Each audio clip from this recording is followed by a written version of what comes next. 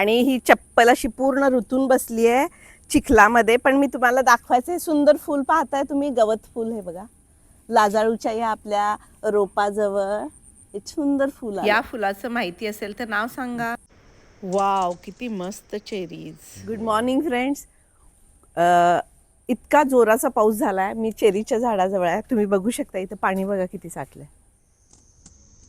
इतक्या पावसानंतरही 3 star fruits आणि एवढ्या चवळीच्या शेंगा आपल्याला बागेतून मिळालेल्या आहेत. हे बांधावर आलेलं आणि मांडवावर पण चढवलेला हा वेल आहे आपल्या कारल्याचा.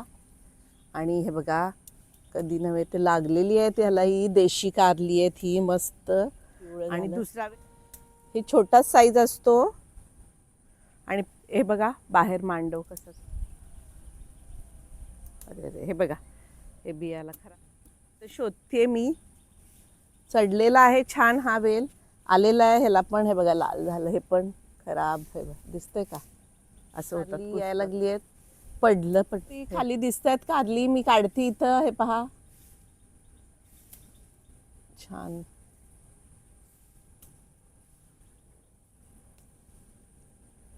चार हे पहा इथे पण छोटी छोटी आली आहेत.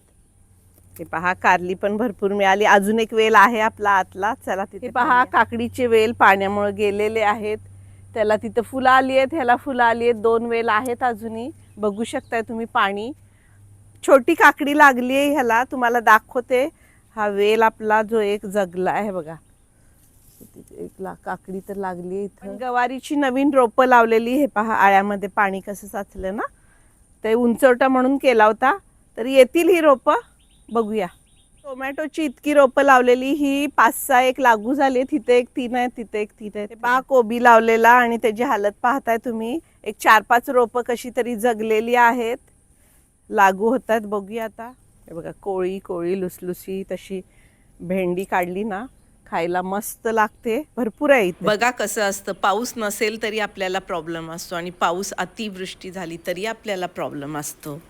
पण हे निसर्गाचं जे चक्र आहे ते त्याच्या नियमाप्रमाणे चालू असतं. भेंडीनं मात्र स्वतःवर त्याचा काहीही परिणाम करून घेतलेला नाहीये. आणि 1 मिनिट मी तुम्हाला हे तळ दाखवते. आणि मधोमध हे आलेलं कमळ, किती सुंदर तळ तुडुंब भरलेलं आहे, अगदी पाणी इथंपर्यंत आलंय आपल्या बागेपर्यंत. आणि आपली ही सुंदर अशी भेंडी, भेंडीला असं छान फूल आलंय पहा. इतक्या चिखलात ह्या काढल्या तशा छान भेंडी. हे आळू लांबा की मस्त आळू फुटायला लागलाय ह्या पावसाळ्यात. आता हे पाणी कधी सुकेल हे पहा. आळूला छान झालं, आळूला पोषक हे आहे, जे काही जमीन वातावरण आहे त्यामुळे आळू मस्त फुटतोय आपला. आणि हे आपली हळद पहा.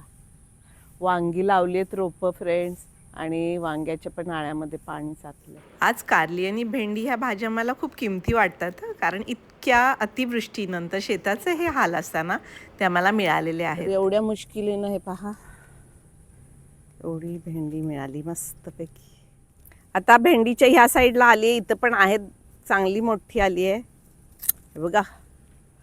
आणि इथं आहे अजूनही, छान मिळतात आपल्याला. हे शेंड्याला दिसतंय का, काकडीच्या वेलाच्या मुळांनी बाकी सरेंडर केलं, ते काही तग धरू शकले नाही तितक्या पावसात.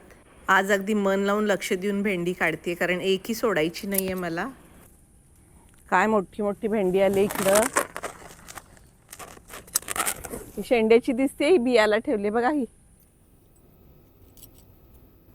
हे पहा फ्रेंड्स, त्या दिसत आहेत का, किती लाल भडक मस्तपैकी मिरच्या. चला पलीकडच्या बांधावर आता कारली शोधूया. कुणी कुणी ह्या श्रावणात ह्या भोपळ्याच्या पानांची भाजी केली. भोपळाचा वेल लावलेला आहे बघा, वर चढवला आहे, फूल आलेला आहे.